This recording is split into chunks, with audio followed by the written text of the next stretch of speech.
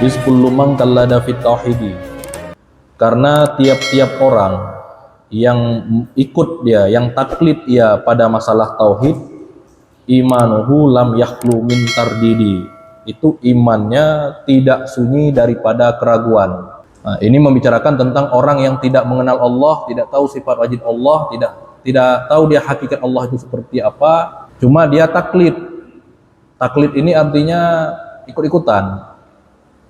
Saya beriman karena orang tua saya Islam. Saya percaya Allah karena guru saya bilang Allah itu Tuhan dan sebagainya.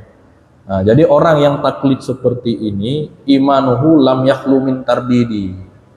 Imannya itu tidak lepas dari keraguan.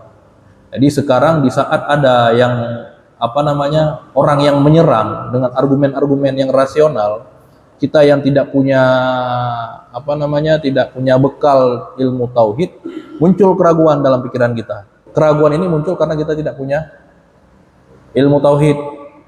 Kita semata-mata ikut dibilang sama orang tua kita Allah itu Tuhan, kita Tuhan juga, ya kan?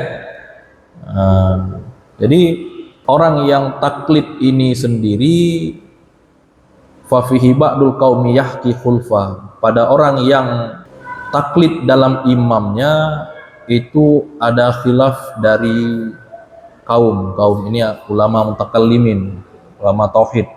Jadi para ulama tauhid menghikayahkan khilaf dalam iman orang yang taklid.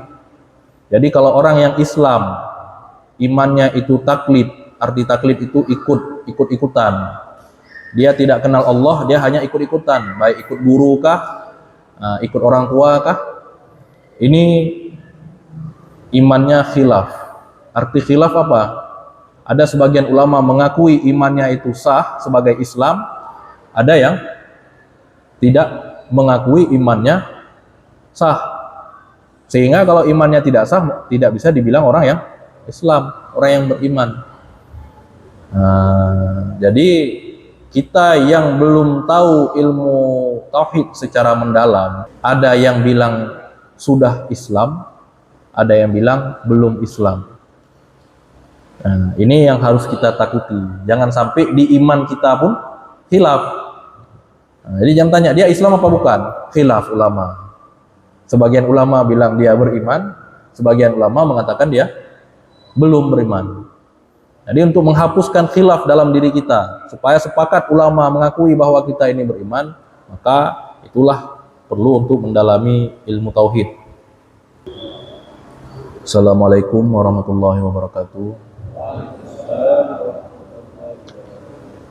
Hamdan wa syukran lillah, salatan wa salaman ala rasulillah wa ala alihi wa sahbihi wa mawalah. Subhanaka la ilma lana illa ma 'allamtana innaka anta alimul hakim. Rabbi shrah li sadri wa yassir li amri wahlul 'uqdatam min lisani yafqahu qawli. Qaddimu a'malakum lidaril akhirah tajidu indaha fawza wa najah. Amma ba'du. Yang kami hormati Abi Dr. Haji Fahmi Karimuddin MA selaku Mudirul Ma'had, yang mana pada malam ini mungkin sedang berhalangan sehingga tidak bisa mengisi kajian sebagaimana biasanya pada malam-malam Rabu. Kemudian para anggota Majelis Ta'lim Huna yang tetap setia senantiasa mengikuti pengajian malam Rabu sebagaimana biasanya, walaupun Abi selaku guru kita berhalangan. Kebetulan Abi berhalangan untuk hadir karena ada satu agenda di Jakarta dengan para santri pilihan di Fahmus Salam. Jadi beliau mengamanahkan untuk mengisi kajian pada malam hari ini, supaya para jamaah bisa tetap melanjutkan aktivitas malam Rabu sebagaimana biasanya. Namun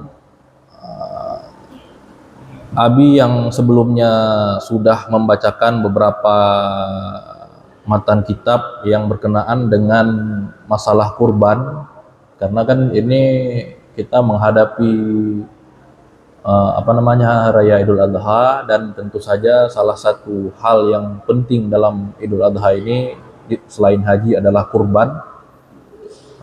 Tentu ini adalah momen-momen yang penting untuk kita telaah lebih jauh tentang kurban supaya kita punya persiapan yang penuh dan tidak jauh daripada amalan-amalan yang sesuai dengan apa yang telah disyariatkan.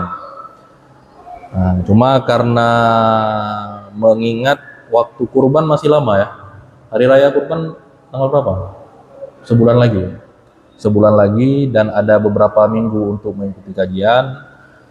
Jadi saya pikir biarlah masalah kurban nanti dilanjutkan sama Abi saja, karena duluan selesai pun nanti masalah kurban ada 2 minggu pengajian lagi, nanti udah bahas yang lain, udah lupa pula.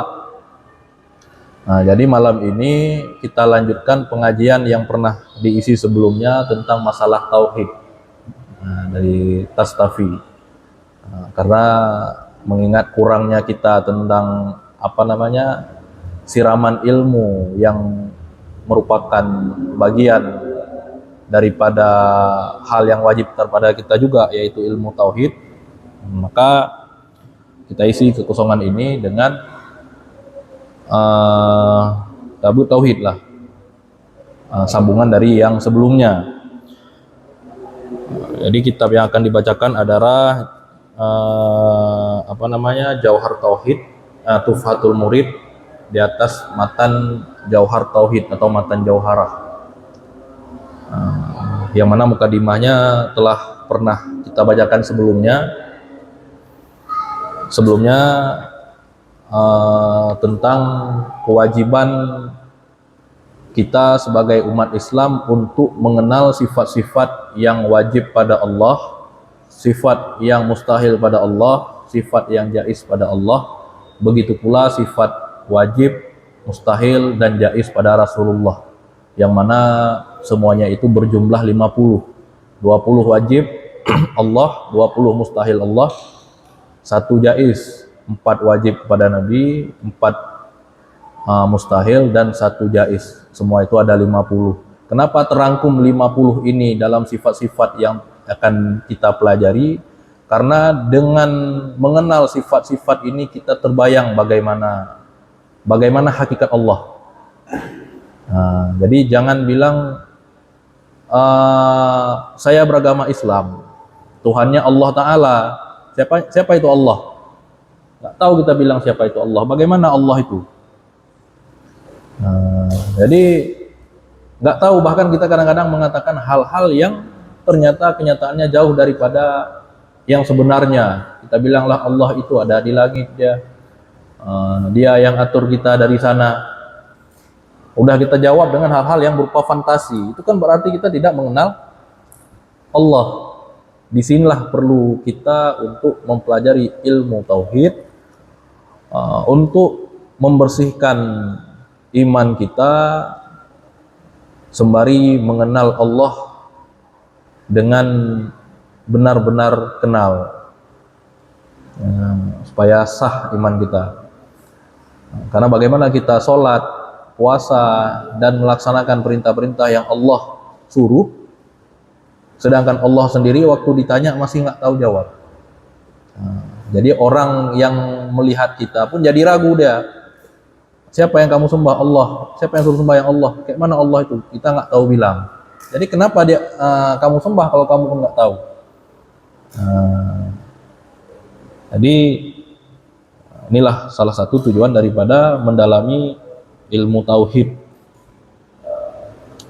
Nah kan, itu adalah pembahasan sebelumnya. Sekarang akan kita masuki pembahasan selanjutnya. A'udzubillahi minasyaitonirrajim. Bismillahirrahmanirrahim. Iz kullu man qallada fit tauhidi imanuhu lam yakhlu min tardidi. Ini adalah matan sambungan daripada matan sebelumnya. Iz kullu man qallada fit tauhidi.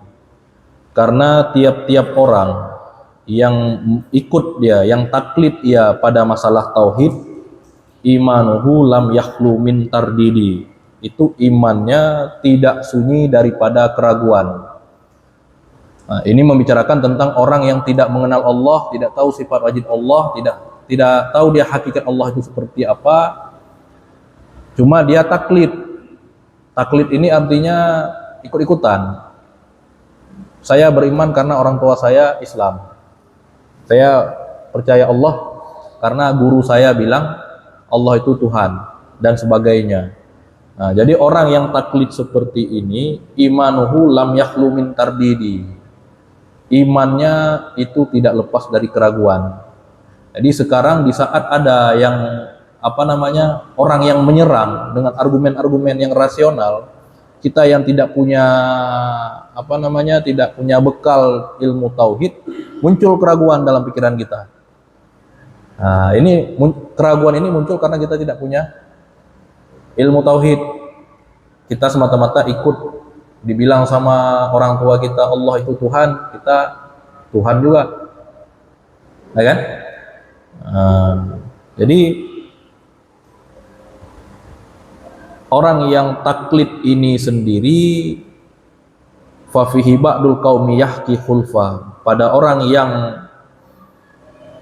taklid dalam imamnya itu ada khilaf dari kaum ini ya, ulama mutakallimin, ulama tauhid. Jadi para ulama tauhid menghikayahkan khilaf dalam iman orang yang taklid.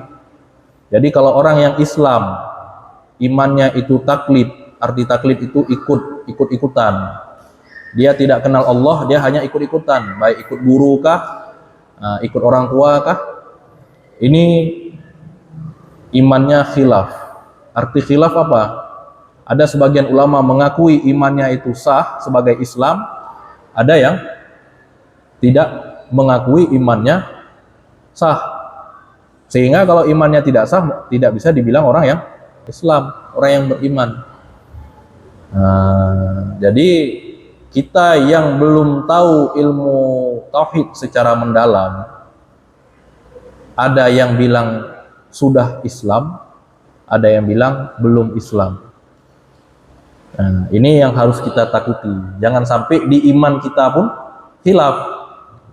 Jadi jangan tanya dia Islam apa bukan, khilaf ulama.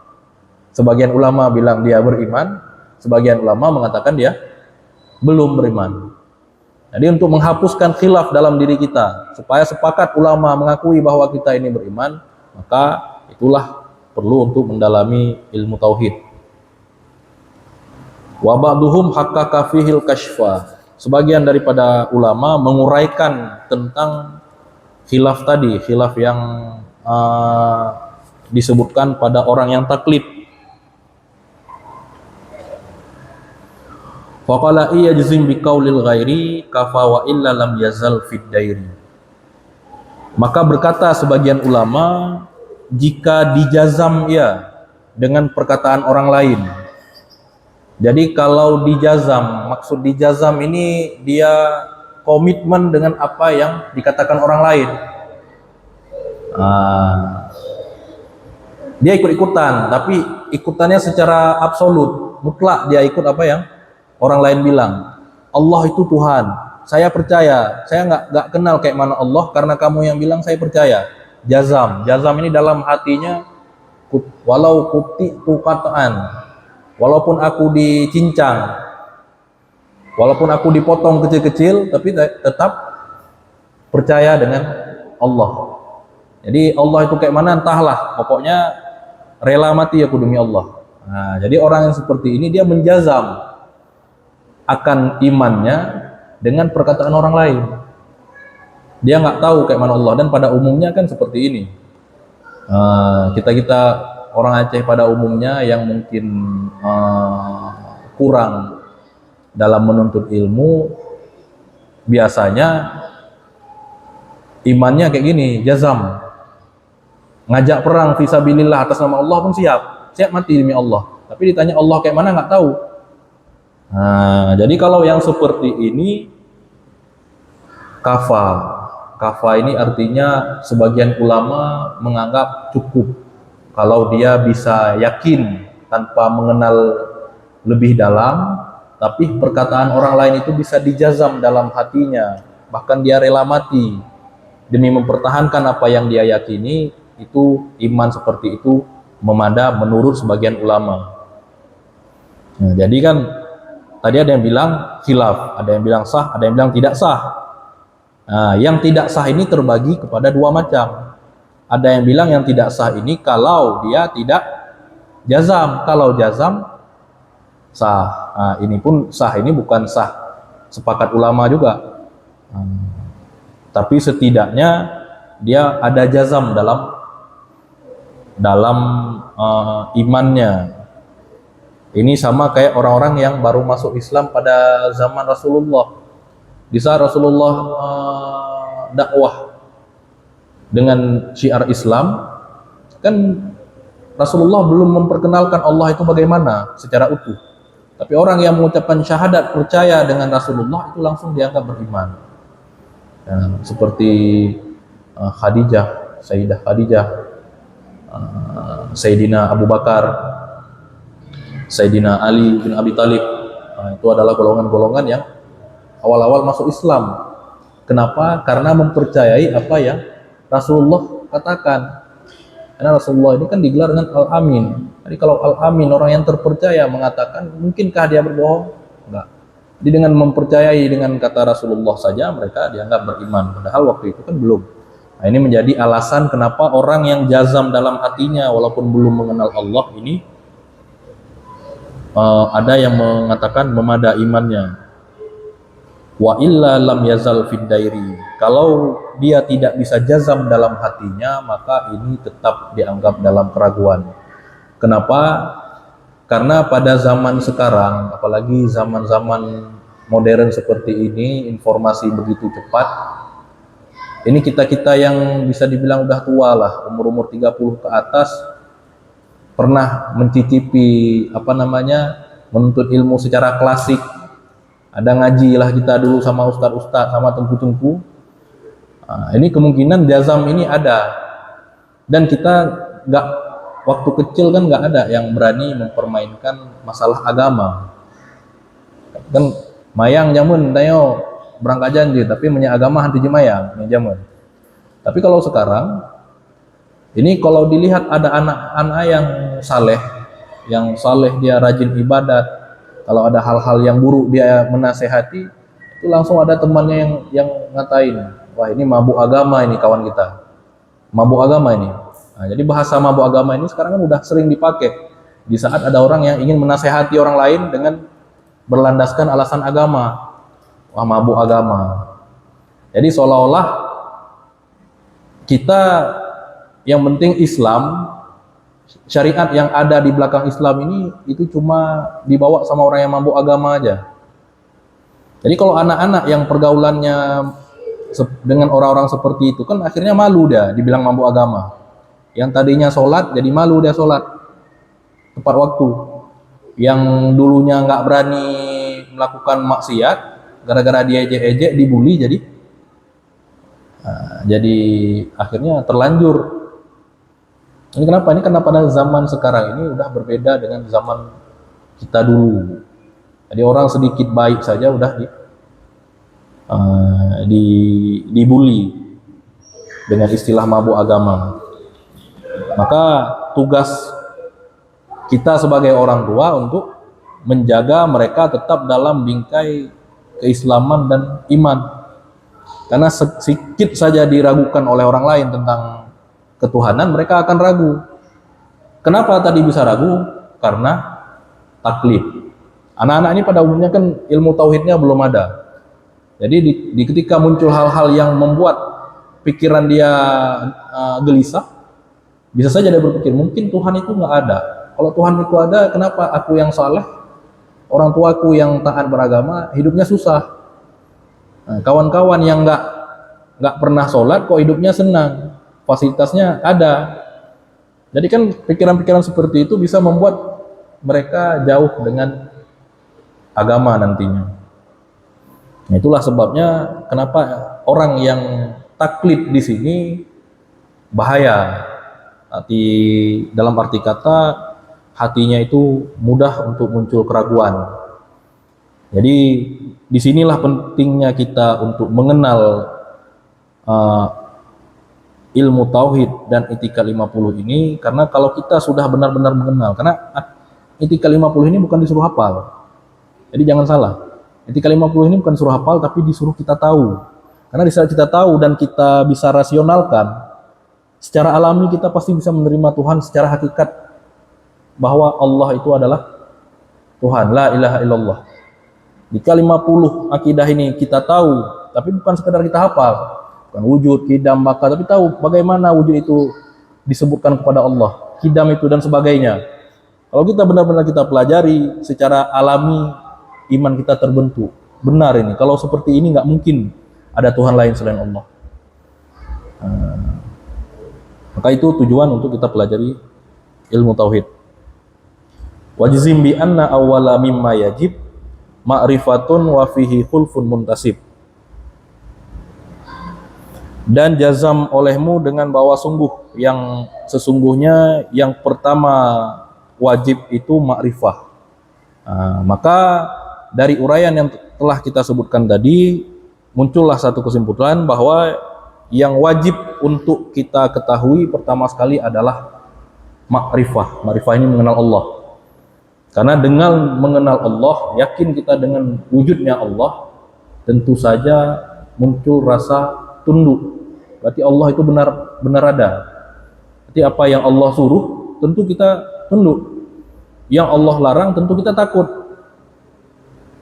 Tanpa perlu ada yang jaga pun kita murni tunduk kepada Allah karena yakin dengan keberadaan Allah Ta'ala. Makanya ma'rifah ini adalah sesuatu yang pertama sekali wajib untuk kita ada pada diri kita, yaitu mengenal Allah. Wa fihi khulful muntasib. Tentang masalah iman ini itu tetap ada khilaf yang telah disebutkan seperti tadi. Jadi kalau kita masih taklid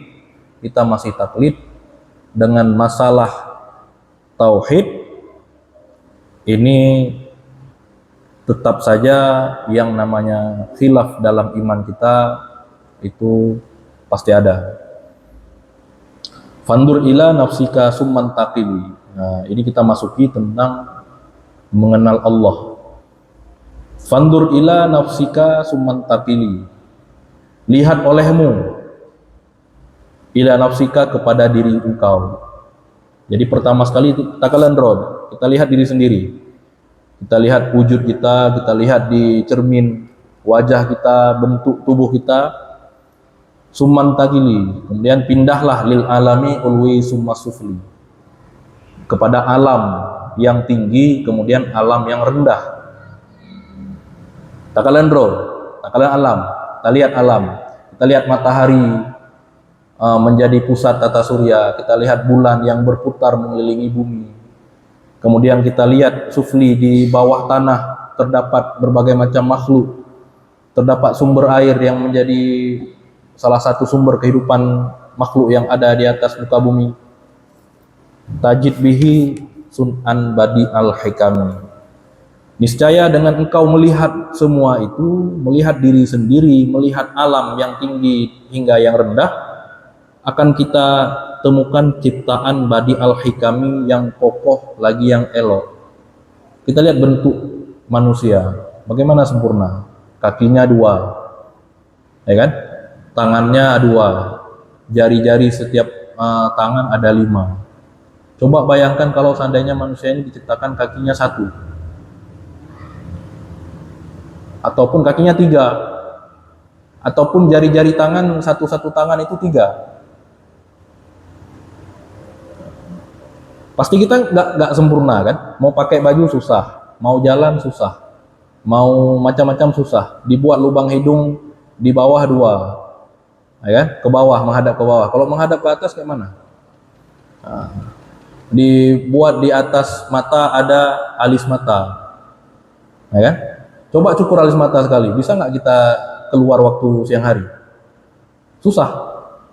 Padahal ini kan hal sepele. Alis mata ini hal sepele, bukan untuk memperindah aja, tapi penting. Coba kita cukur semua. Pergi kita siang, waktu ada matahari, pasti nggak sanggup lihat ini. Jadi setiap yang ada di tubuh kita sedemikian rupa itu punya fungsi masing-masing dengan jumlah yang sangat ideal untuk wujud sebuah makhluk. Makanya dibilang manusia ini adalah makhluk yang sempurna dibandingkan makhluk yang lain. Ya kan? Makhluk yang sempurna. Dari segi apa? Dari segi ciptaan. Itu yang pertama. Yang kedua, karena adanya akal pada manusia yang tidak ada pada makhluk yang lain. Nah, kalau seandainya sudah kita lihat diri sendiri, kemudian kita lihat alam, ada matahari yang menjadi pusat tata surya. Kalau seandainya matahari itu dibuat dari apa? Kenapa dia ada di langit? Kalau seandainya sehari aja mati matahari, bagaimana? Nah, ini menurut penelitian, kalau matahari itu padam, yang terjadi suhu di bumi ini berangsur-angsur mendingin, membeku. Kemudian tanaman-tanaman layu, oksigen hilang, dan planet bumi tidak ada lagi ini apa namanya, dia kan mengikuti orbitnya itu akan pecah sehingga terbang melayang di luar angkasa, dan dalam detik itu manusia langsung mati kalau matahari padam dalam waktu sesaat. Tapi kenapa sampai sekarang masih hidup? Siapa yang hidupkan? Siapa yang jaga? Masih menyala matahari di langit. Kemudian di bawah bumi ada lautan, ada ikan-ikan yang bisa bertahan. Kenapa dia waktu kita angkat ke darat mati, tapi saat menyelam di lautan bisa bertahan hidup? Bagaimana? Kenapa? Karena oksigen kita bilang misalnya kan. Oksigen kan di darat ada juga, lebih banyak lagi. Tapi kenapa dia malah mati? Apa penyebab dia bisa bertahan di sana? Nah, ini salah satu hikmah juga. Kalau seandainya ikan bisa ke darat, itu ikan semua pasti udah mati semua kayak kucing. Kucing kan nggak ada kita lihat banyak kali, ya kan? Kenapa? Karena adanya manusia. Tapi kalau ke laut, tiap hari kita apa? Kita tangkap ikan ditangkap sama nelayan, pernah nggak habis ikan di laut? Kapan sempat dia berkembang biak? Kenapa waktu pergi lagi laut kali berikutnya nelayan pergi, dia bisa bawa pulang dengan jumlah ikan yang sama banyak, lebih kurang kadang-kadang. Padahal kalau kita pikirkan untuk bisa tumbuh ikan ini kan butuh waktu dia. Kan nggak ada sehari dia langsung besar. Tapi besok pergi lagi dapat lagi ikan yang tua. Kenapa nggak habis-habis? Kalau kita pikir secara logika, semua yang ada di alam ini seperti ada yang mengatur. Ini pasti ada yang ciptakan. Inilah mematahkan paham ateis. Ateis ini orang yang tidak memiliki Tuhan, ya, tidak mempercayai Tuhan. Mereka menganggap terjadinya makhluk hidup di muka bumi ini karena kebetulan. Berarti seolah-olah dunia ini dulu hampa dari atom-atom ini seperti benda-benda kecil yang tiba-tiba terbentuk, bersatu dia, akhirnya meledak, terbentuklah menjadi matahari, jadi bumi, jadi binatang, jadi tumbuhan sebagainya. Mereka menganggap kejadian yang ada di muka bumi ini kebetulan, makanya ada kita. Kalau kebetulan, kenapa akal itu dikasih sama manusia? Kenapa nggak sama lembu aja? Ataupun kenapa nggak sama rata, semua ada akalnya? Kenapa nggak semua makhluk hidup itu punya akal? Kenapa cuma khusus manusia? Dan kemudian kenapa kita itu dalam bentuk yang sempurna? Kalau memang kebetulan, kenapa kita nggak dalam bentuk cacing? Cacing kan lebih simpel, tepat menang-menang. Kalau kita bilang itu terjadi karena kebetulan, bisa jadi. Ini kebetulan dalam bentuk yang cukup sempurna. Mungkinkah kebetulan seperti ini dalam bentuk yang sempurna seperti ini? Ini tentu adalah hal yang jauh daripada sesuatu yang masuk ke dalam logika, ya kan? Lakin bihi kama dalilul adami. Akan tetapi dengan apa yang kita lihat dari tubuh kita, dari wujud kita, dari adanya alam dari atas sampai bawah, itu berdirilah dalil Adam. Adam ini tiada Tuhan. Maka dalil Adam. Adam itu adalah sifat yang mustahil pada Allah Ta'ala. Lawan dari Adam adalah wujud. Karena adanya kita, adanya alam yang sangat sempurna dengan detail-detail yang luar biasa, tidak mungkin terjadi dengan kebetulan, maka mustahillah Adam, mustahillah tidak ada Tuhan. Nah, itu sifat yang pertama. Tentu wujud ini adalah adanya Tuhan. Berarti dengan alam ini menjadi dalil adanya Allah Ta'ala. Jadi bukan sekedar mana dalil ada Allah, ada alam, seperti itu. Coba logikakan, bagaimana bisa alam ini menjadi bukti bahwa adanya Tuhan? Ya seperti tadi. Karena kalau Tuhan itu tidak ada, bukan seperti ini bentuk kita. Ya. Wa kullu ma jaza alaihil adamu alaihil kat an yastahilul kidamu. Kemudian kita masuk pada ranah yang kedua. Tiap-tiap yang boleh bersifat dengan Adam, tiap-tiap yang boleh bersifat dengan Adam, artinya tiap-tiap yang boleh tidak ada. Satu hal yang boleh tiada, artinya dia bisa ada, bisa tidak ada. Ataupun sekarang ada, dulu tidak ada. Ataupun sekarang belum ada, nanti ada. Berarti kan ada Adamnya. Ada masa di mana Adam ini merupakan sifat yang pernah dia duduk pada dirinya. Ini sesuatu yang mungkin bersifat dengan Adam, alaihikat an yastahilul kidamu. Maka pastilah mustahil kidam. Kidam, arti kidam apa? Arti kidam sedia. Bahasa numit kidam sedia. Cuma maksud daripada kidam mala awalalahu, sesuatu yang tidak didahului oleh tidak ada. Jadi sesuatu yang dari semenjak dulu itu sudah ada, tidak didahului oleh tidak ada. Hanya baik pegah tidak ada Adam. Jadi asal ada ke Adam, mukmujud tidak ada. Jadi di saat disebutkan Adam, arti Adam ini tidak ada.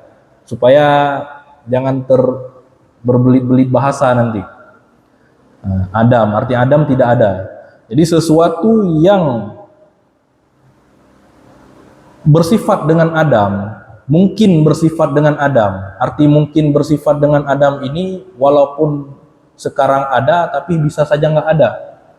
Seperti kita manusia. Manusia ini kan, ini kita wujud apa Adam? Ini kita ini wujud apa Adam? Nah, ini pertanyaan, ini ilmu tauhid ini kan ilmu kalam. Ilmu kalamnya ilmu rasional dah. Jadi memang payah main logika di, main logika nampung di. Ini kita ini wujud apa Adam? Wujud, udah ada kita sekarang kan wujud. Ini kan wujud nih kita, ya kan? Tapi kita mungkin nggak Adam? Mungkin nggak kita bersifat dengan Adam? Mungkin. Kita wujud kapan? Waktu udah lahir. Ada yang lahir tahun 75, ada yang 63, ada yang 95, ada yang baru tahil kemarin. Berarti kita wujudnya itu sebelum tahun-tahun tadi, ya kan? Sesudah tahun-tahun tadi, sebelum tahun-tahun yang disebutkan tadi, kita ini adalah Adam. Berarti kita ini mungkin ada Adam. Begitu pula di saat nanti kita telah mati, itu kita Adam lagi. Berarti kita adalah zat yang mungkin bersifat dengan Adam. Setiap yang mungkin bersifat dengan Adam, walaupun sekarang itu wujud, maka pasti dia itu tidak kidam. Dia itu tidak kidam.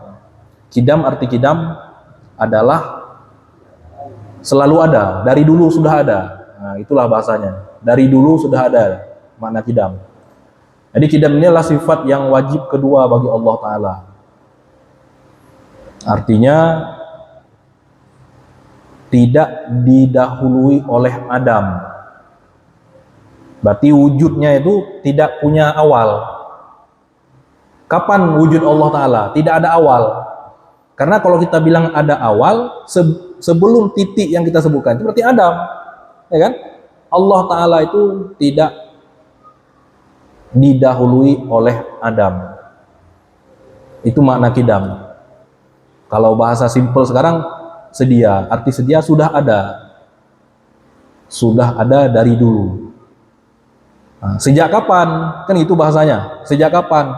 Bahasa sejak kapan ini tidak konsekuen dengan Allah Ta'ala. Karena waktu kita katakan sejak, artinya ada waktu. Ya kan? Sejak itu ada waktu, sedangkan waktu itu Allah ciptakan. Waktu Allah ciptakan. Kalau kita bilang udah dari dulu sebelum ada Nabi Adam, itu waktu. Waktu itu Allah ciptakan. Nggak mungkin Allah itu masuk di dalam ciptaannya. Kalau kita bilang dari dulu sebelum ada Adam, berarti Allah masuk di zaman sebelum ada Adam. Sedangkan waktu itu adalah ciptaan Allah, maka mustahil. Maka konsep ruang dan waktu itu tidak berlaku bagi Allah Ta'ala. Makanya kita sering salah surah karena kita bilang Allah itu udah ada dari dulu. Sebenarnya bukan udah ada dari dulu. Dari dulu itu menunjukkan waktu, seolah-olah Allah ini mengikuti aliran waktu. Padahal aliran waktu ini tidak bersentuhan dengan Allah Ta'ala. Kenapa kita nggak bisa logikakan kapan itu ada Allah? Karena kita hidup di dalam waktu. Dan semua yang ada di dunia ini kan hidup di dalam waktu. Jadi kalau kita bilang yang ada di luar waktu kayak mana? Ya mana? Tentu kita nggak bisa membayangkannya karena kita sendiri hidup dalam waktu. Contohnya kayak orang hidup ikan yang hidup dalam akuarium. Dalam akuarium itu ada ikan dikasih lampu, dikasih macam-macam lah, dikasih ikan sapu-sapu dan sebagainya. Dia yang tahunya kan yang ada di dalam akuarium itu. Kita bilang di kamar sebelah bagaimana? Dia pun paling nampak yang ada di dalam kamar letak akuarium itu. Kalau ditanya kamar sebelah kayak mana? Tahu nggak dia? Ya nggak tahu, namanya dia nggak pernah keluar dari kamar, dari akuarium. Yang tahu dia yang nampak di akuarium itu. Begitulah kita manusia. Jadi kalau kita bilang Allah tidak bersentuhan dengan waktu, kayak mana logikanya? Kita nggak tahu. Nanti di akhirat, salah satu nikmat yang paling besar yang ada di akhirat adalah melihat Allah Ta'ala dengan penglihatan muratan aini, melihat sebagaimana melihat mata. Di sanalah terbuka hijab, kita bisa melihat Allah Ta'ala bagaimana. Karena mungkin konsep ruang dan waktu pun udah beda nanti di akhirat. Jadi kalau di dunia ini jangan kita bilang Allah, berarti sejak kapan ada Allah? Kapan ini ciptaan Allah dia, waktu. Kalau Allah Ta'ala masuk dalam konsep waktu, berarti Allah kayak makhluk juga, karena waktu itu kan dalam makhluk. Ini dia berarti sesuai yang disebutkan tadi, dengan mustahilnya Adam, maka Allah Ta'ala ini tidak mungkin tidak ada. Dengan tidak mungkin tidak ada, maka tidak mungkin tidak ada ini tentu saja dari awal juga tidak mungkin. Adam ini tidak ada di awal juga mustahil. Di saat Adam mustahil dari awal, maka berdirilah dalil kidam. Nah, jadi dalil kidam apa? Kalau seandainya Allah Ta'ala itu tidak ada, dari dulu tidak ada, sekarang baru ada. Siapa yang ciptakan? Allah. Kan gitu. Kalau dulu nggak ada Allah, tiba-tiba ada. Ini tiba-tiba bagaimana? Apa kayak tadi ledakan tadi? Kan nggak mungkin juga. Kita udah akui teori teori ledakan itu tidak masuk dalam iman kita. Jadi kalau Allah Ta'ala tiba-tiba terjadi begitu saja, siapa yang buat? Tentu ada yang buat. Ada yang buat itu siapa? Harusnya ada yang buat, itulah Tuhan. Kan begitu. Maka lazimlah dalam istilah tauhid ini dur ataupun tasalsul. Ini istilah tauhid. dur atau tasalsul. Dur ini berputar-putar. Allah sekarang baru ada. Siapa yang buat? Pasti ada yang buat. Yang buat itu siapa? Mungkin Allah juga saling buat mereka. Nah ini dur. Dur ini berputar. A membuat si B membuat si A. Masuk akal nggak kayak gitu? Nggak masuk. Maka dur ini mustahil. Nggak mungkin ada Tuhan saling membuat. Ya kan? Maka dur ini mustahil.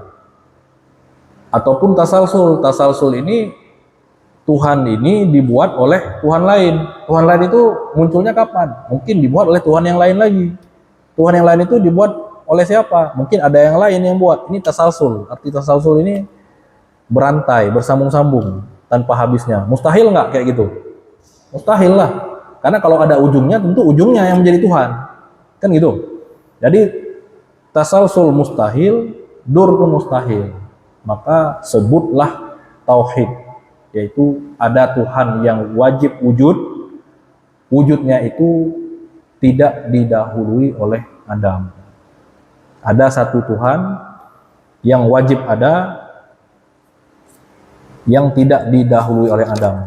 Berarti memang telah ada dari sebelum ada makhluk, semuanya ini ada. Jadi jangan ada pertanyaan, berarti Allah dulu ngapain? Kan gitu. Kayak kita sekarang bangun pagi, sarapan, habis sarapan pergi kerja cari rezeki, ya kan?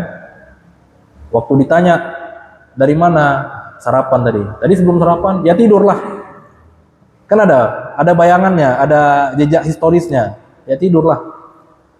Jadi Allah Ta'ala sebelum buat kita ini ngapain? Kan gitu. Itu pasti pernah terlintas dalam pikiran kita. Ini tentu saja pikiran kita berjalan karena konsep ruang dan waktu tadi.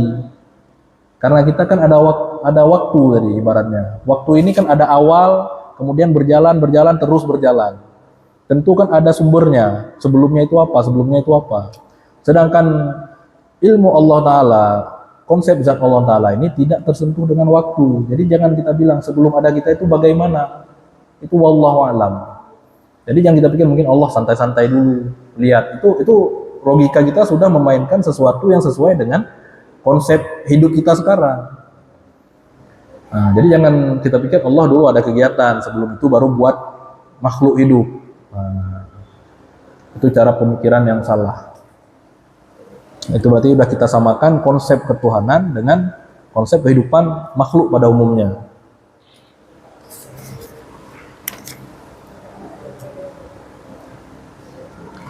Wa fusiral imanu bit tasdiki wa natqu fihil khulfu bit tahqiqi. Kemudian kita bergeser sedikit tentang iman. Ditafsirkan para ulama akan iman itu dengan tasdek. Jadi apa yang dinamakan dengan iman? Iman itu tasdek. Tasdek itu kalau bahasa secara logawinya pembenaran. Kita membenarkan bahwa Allah itu la ilaha illallah, tiada Tuhan selain Allah. Kita akui itu, kita masukkan dalam hati bahwa tiada Tuhan selain Allah. Tasdek ini adalah sesuatu pembenaran dalam hati. Itu yang dinamakan iman. Wan natqu fihil khulfu bit tahqiqi. Sedangkan mengucapkan iman tersebut itu ada khilaf. Jadi mengucapkan asyhadu alla ilaha illallah kan itu adalah merupakan bentuk kita beriman kepada Allah, ya kan? Sebagian ulama mengatakan tasdek dalam hati itu sudah beriman. Sebagian lagi mengatakan harus mengucapkan, harus ada ucapan. Jadi iman itu seperti yang kita ketahui, ada iman secara nasab ya, secara daruri ya. Begitu lahir, kalau dia lahir dari keluarga orang tua yang Islam, maka dia pun otomatis Islam.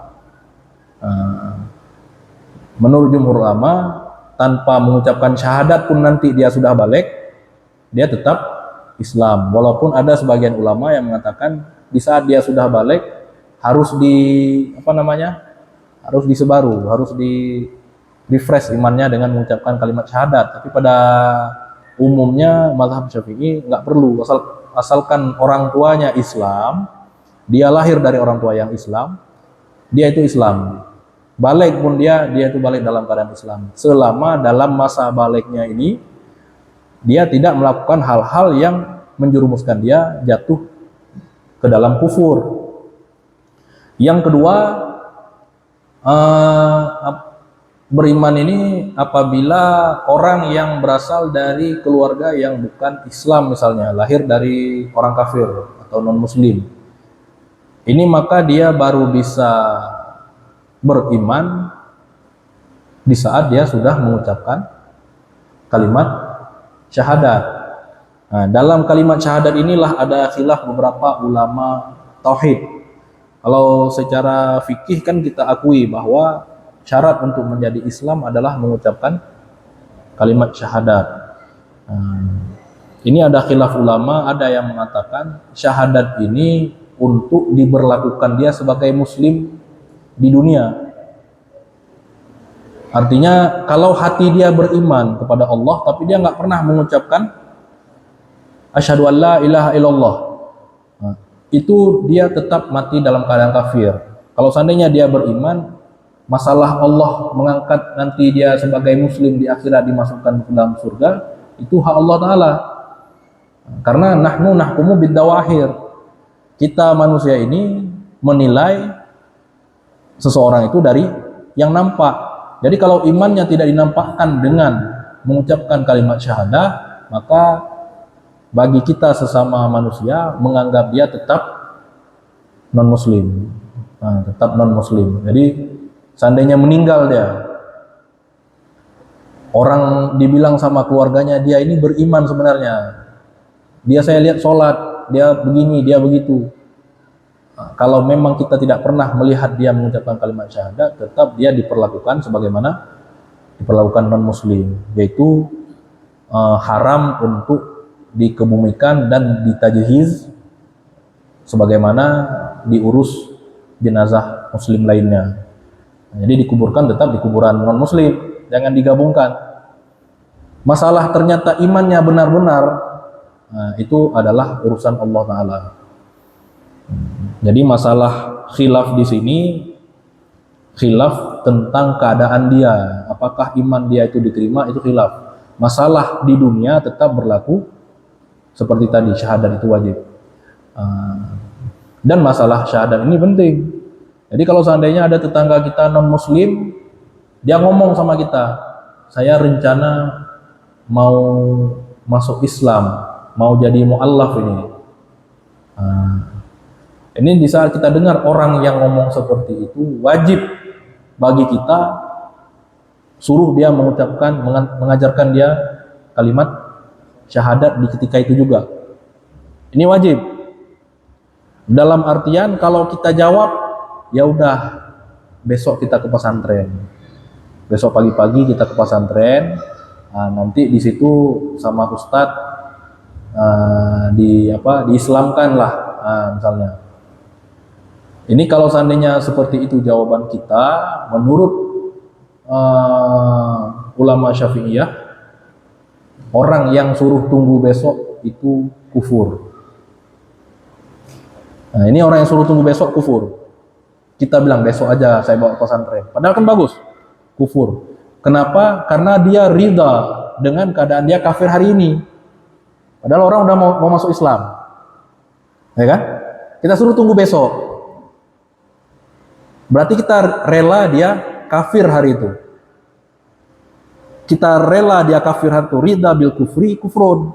Ridha dengan kafir, kekufuran itu adalah sebuah kekufuran. Maka kita tanpa sadar sudah kufur hari itu. Berarti besok waktu ucap syahadat kita pun harus syahadat balik itu. Jadi sebenarnya tindakan kita bagaimana? Kalau orang bilang mau masuk syahadat, hari itu juga kita di detik itu kita suruh ucapkan kalimat syahadat. Masalah ingin secara simbolis besok kita bawa pesantren untuk resminya. Kita bawa ke kantor agama dan sebagainya untuk dibuat dokumen resminya. Tapi jangan kita tunggu besok saja di saat orang ingin dia ngomong udah mau masuk Islam, karena kita ridha dengan kekufurannya itu kita pun kafir. Oke, kadang-kadang orang jatuh dalam kekufuran ini tentang dalam melakukan hal-hal yang tidak dia sadari. Ini salah satu hal yang sering lagi masalah ridha bil kufri ini tentang idola. Mungkin diantara kita ataupun adik-adik kita, anak-anak kita ada yang mengidolakan seorang non muslim. Kalau laki-laki misalnya pemain bola, ya kan? Ya jamuan kan orang fan Ronaldo atau Messi nya lanjut pengen yang ke Messi. Bengeh ji. Baca dah ke Messi bengeh ji. Kursi-kursi ijungkat. Nyambungnya bukan gara-gara kita ngomongin kejelekan tentang orang yang dia fans lah, yang dia idolakan, ya kan? Ini masalah idola dulu pernah ada pertanyaan waktu masih di Lajnah Basul Masail di Mesra tentang masalah idola, bagaimana hukum mengidolakan seorang non muslim misalnya, ya kan? Nah ini ada beberapa tahapan. Kalau dia idola ini artinya, ini kalau laki-laki tadi pemain bola, begitu. Perempuan kan sekarang ini kan banyak artis-artis Korea itu, artis-artis fans sama artis Korea, jadikan aku istrimu dan sebagainya lah, sampai fantasi bermacam-macam. Ini kalau cuma dia ngomong-ngomong aja, terkadang bisa salah-salah, bisa jatuh dalam kufur. Karena di saat seseorang muslim mengidolakan, arti mengidolakan suka, senang, ridha, seorang non muslim seutuhnya, arti seutuhnya kita suka fisiknya, kita suka sifatnya, kita suka semua yang ada pada dirinya. Sedikit pun kita anggap dia tidak ada celah, maka kita kufur. Kenapa? Karena dalam dirinya itu ada kekufuran. Karena kalau kekufuran itu kita pun rela, ada kafir pihak apa misalnya, rela juga. Nah ini kita kufur.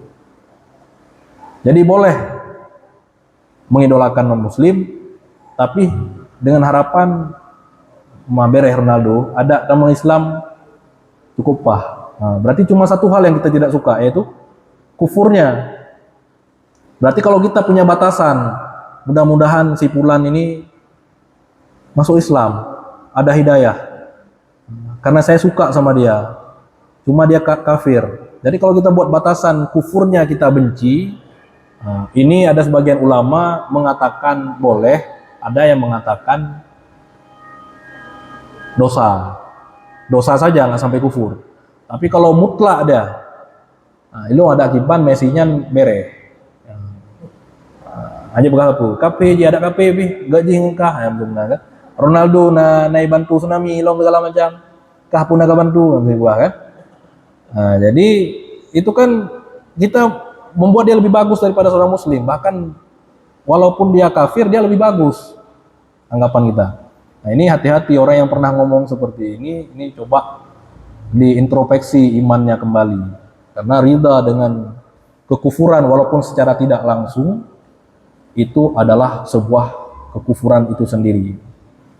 Di saat orang sudah kufur itu dianggap sudah keluar daripada Islam.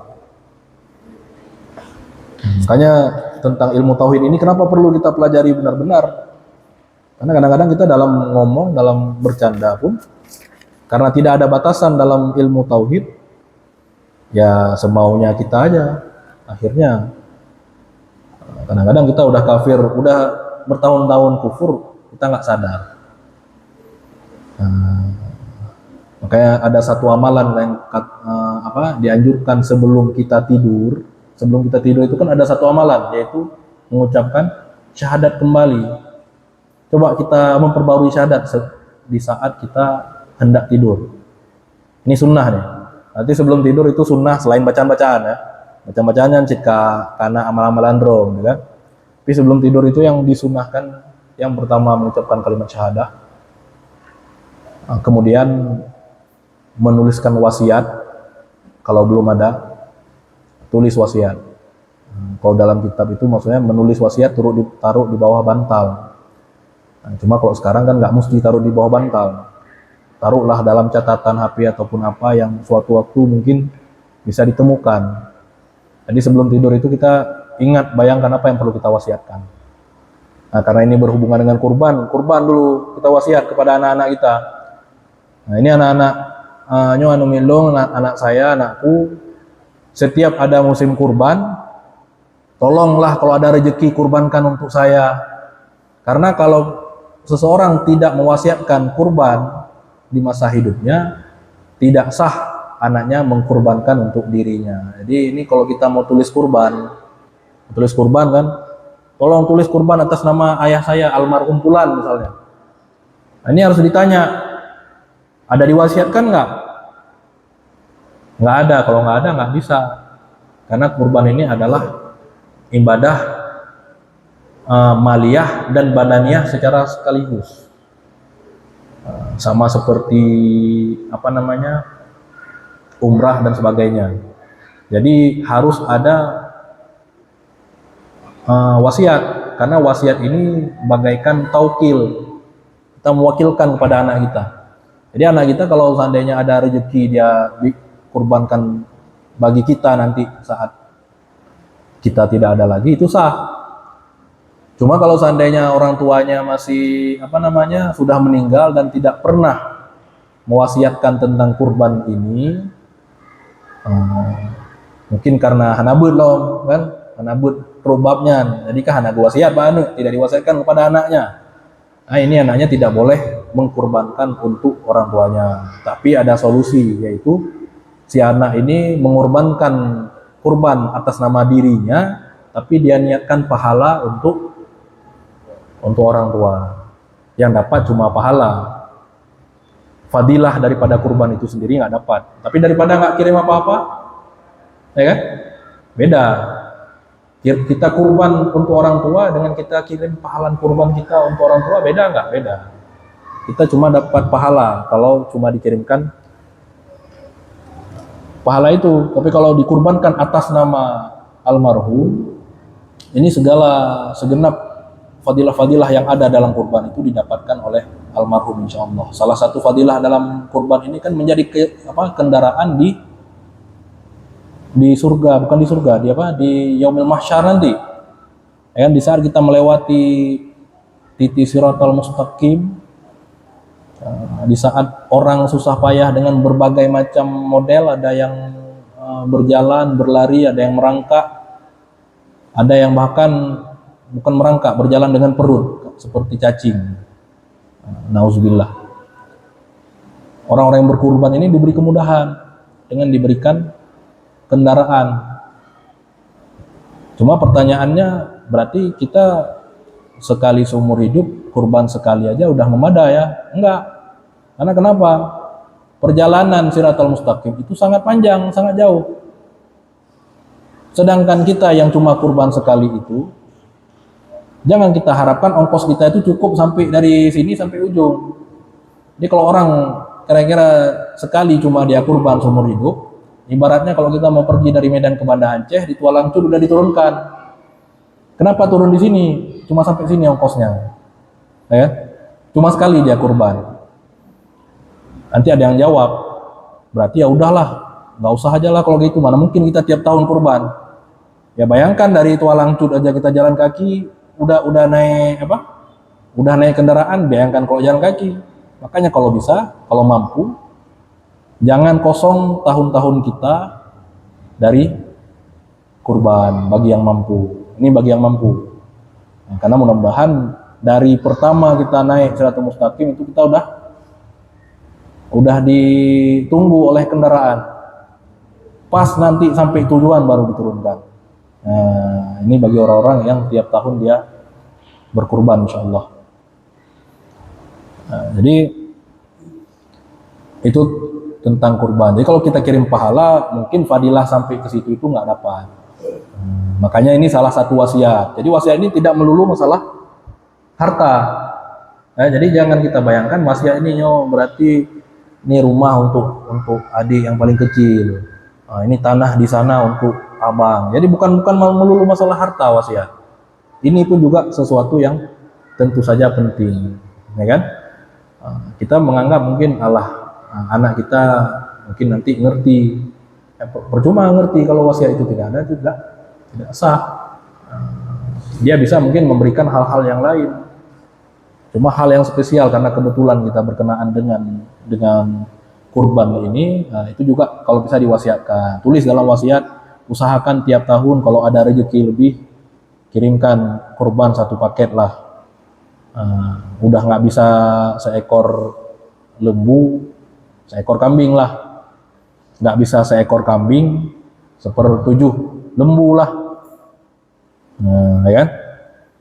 Kenapa seekor kambing? Kita kan lebih enak mobil pribadi daripada kita naik rame-rame, ya kan? Jadi memang urutannya kan gitu, lebih bagus unta sendiri, kemudian lebih bagus lembu sendiri, kemudian lebih bagus di bawahnya kambing atau domba sendiri, baru di bawahnya lagi 1/7. Mungkin konsep ini bisa bikin di Ma'had tahun depan kambing semua. Kalau ada, ini berapa lembu udah? Hah? 8 kali 7 49 ya? Biasa ada 10 kan? Lebih 10 kita kurbannya. Kalau ada 10, ada 70 kambing sekali kurban. Kayak mana meriah? Penuh nih pesantren. Mungkin bisa dibikin untuk nggak terlalu sama, suasana berbeda, jangan terlalu bosan. Jadi secara urutan memang kambing sendiri itu lebih afdal daripada secara rame-rame. Tapi rame-rame ini masih jauh lebih baik dibandingkan orang yang cuma terima ini aja, paket aja, ambil paket.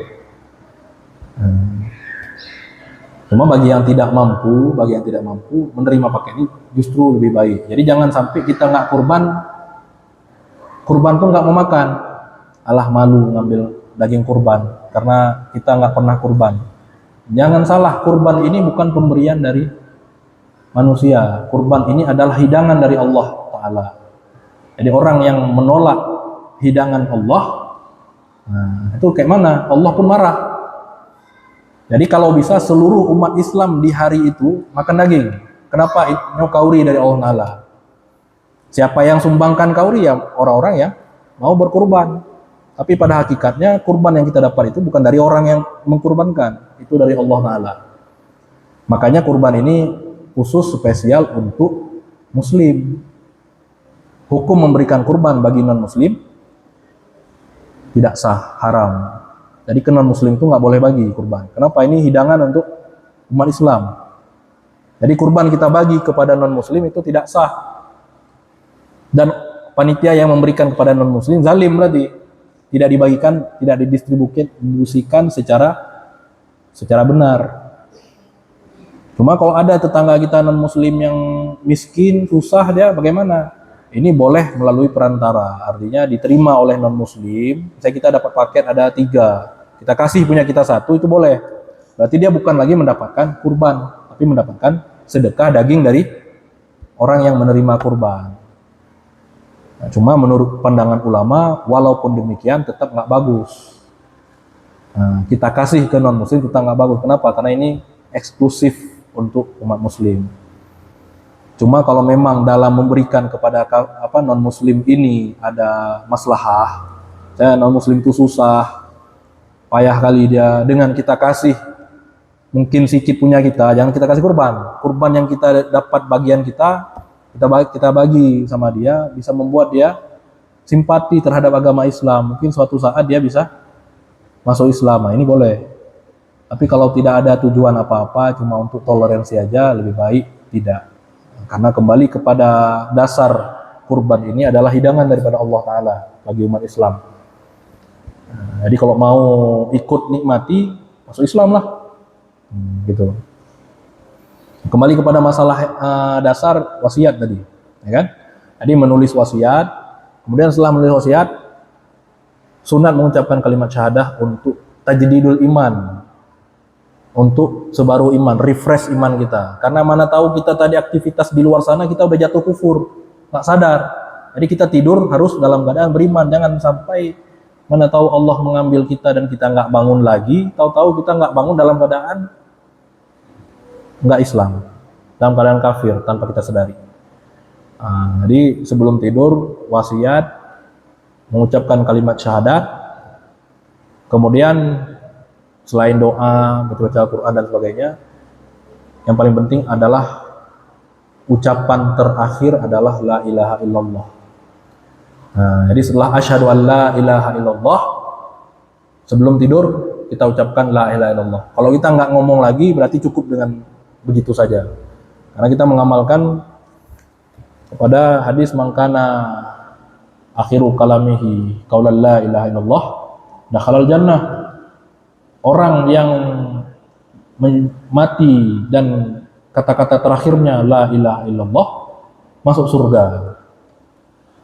Jadi orang yang meninggal dalam keadaan tidur pun bisa saja kata-kata terakhirnya la ilaha illallah dengan cara sebelum tidur dia mengucapkan la ilaha illallah. Jadi setelah doa misalnya ada baca bismika Allahumma ahya, ya, kemudian ada membaca kulhu, misalnya ada baca salawat, ada baca ayat kursi dan sebagainya, tetap kata-kata terakhir adalah la ilaha illallah baru tidur. Ini sesuatu yang kalau bisa jangan ditinggalkan, karena kita nggak pernah tahu besok kita masih bangun atau enggak. Malamnya ada rapat, Pak.